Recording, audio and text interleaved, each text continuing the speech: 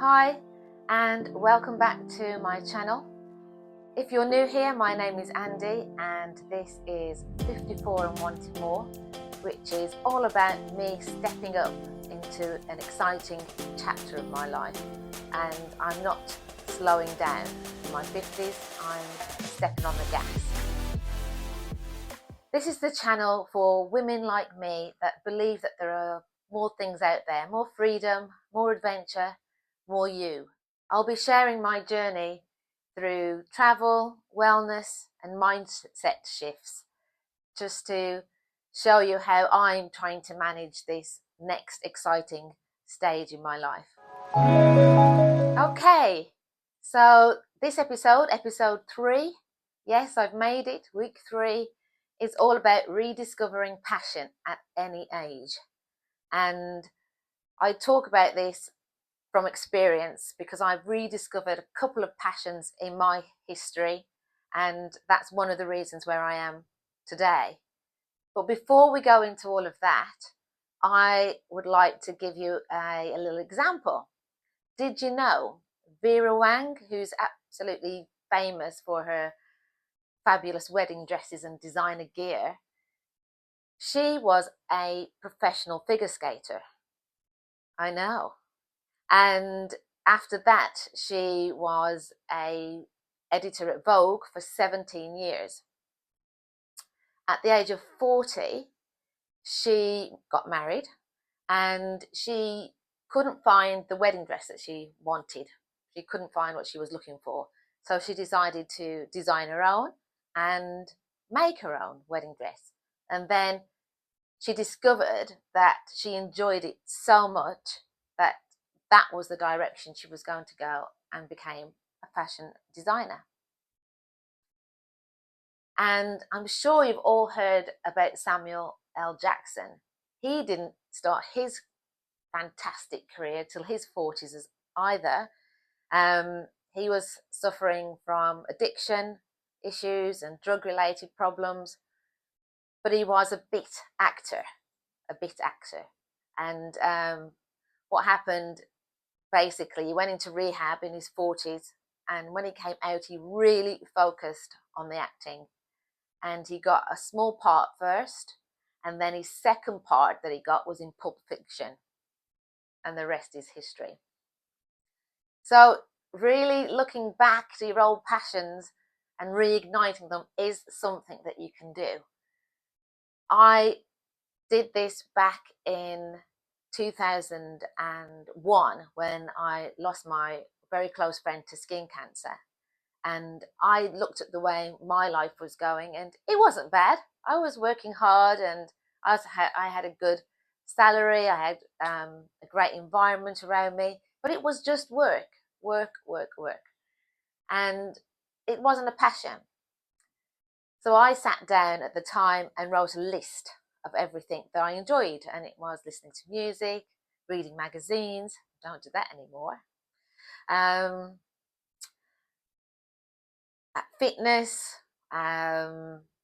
shopping, of course, shoes, fashion. I did a huge list of things I was enjoying at the time.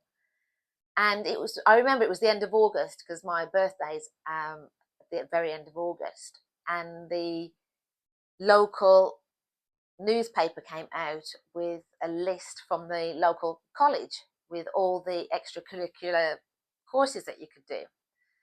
So I was just browsing through that and saw that I could qualify on a part-time basis to be a fitness instructor.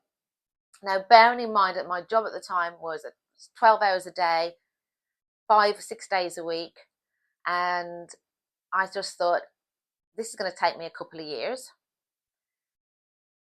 Sod it, I'm doing it. So I signed up for it, and it was great fun. It was completely new education. I met some great people, as you always do when you're doing these things. And I qualified as a fitness instructor. And 2 years after that, I made the plan to leave the UK and move to Turkey and become a fitness instructor in Turkey. Why, you're thinking? Why Turkey? Well, at the time, I was married to a Turkish man, and I think I married the only Turkish man that didn't want to live in England. Um, so I went across, and he supported me greatly with this new venture.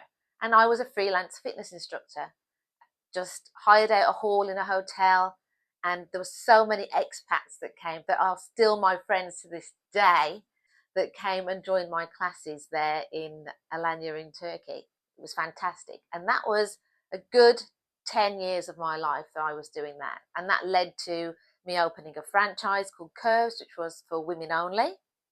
And the women that I got in this fitness studio were so different from so many different cultures and different countries. There are over 26 different nationalities or expats in Alanya, where I was living. I don't know now, but there was then.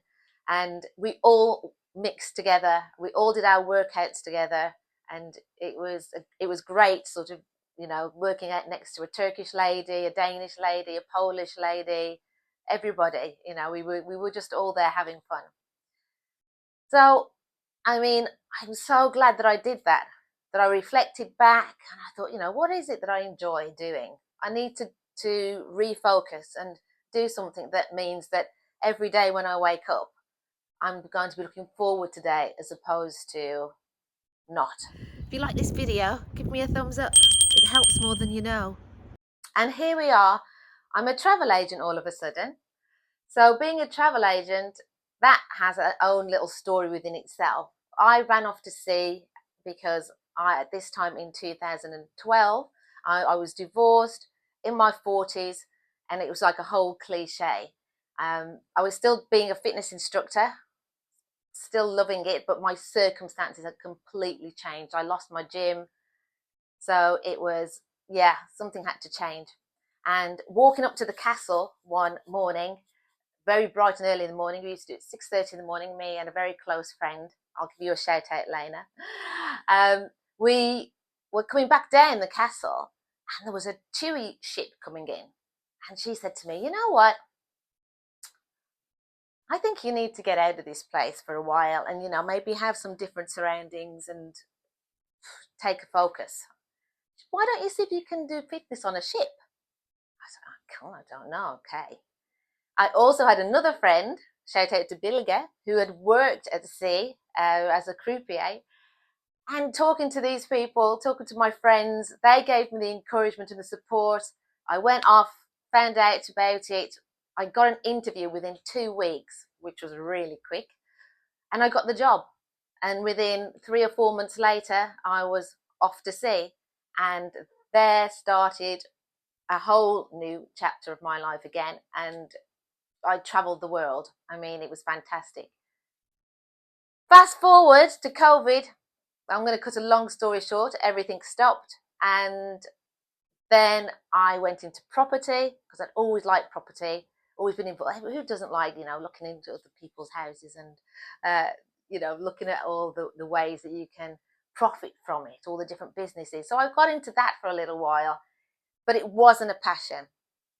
And I think that's where a lot of us go wrong. You need to be passionate about what you're doing, because if things get tough, if you have any hard days, your passion gets you through if you love what you're doing. And I absolutely love travel. I mean, as I said before, who doesn't like going on holiday? So here I am with travel now, and it's a new chapter for me, and so far, so good. What's not to like? So, at the end of the day, what passions have you got? Have a look at yourself and go back a bit. Can you remember all those things that you used to love to do? I mean, it's just make a list. Make a list of all the things you enjoy doing. I mean, of course, you might not be able to find a college course for it, but there might be some form of activity that you can find that can develop it, or that you can monetize it. There might be something, but take a look.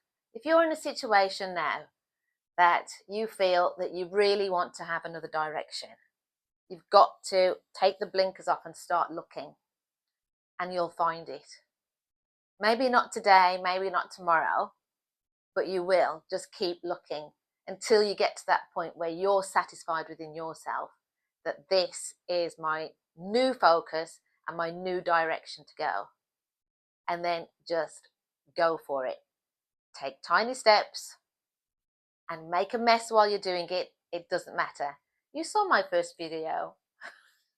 It's messy at the beginning. It doesn't matter what you do. The most important thing is that you took action.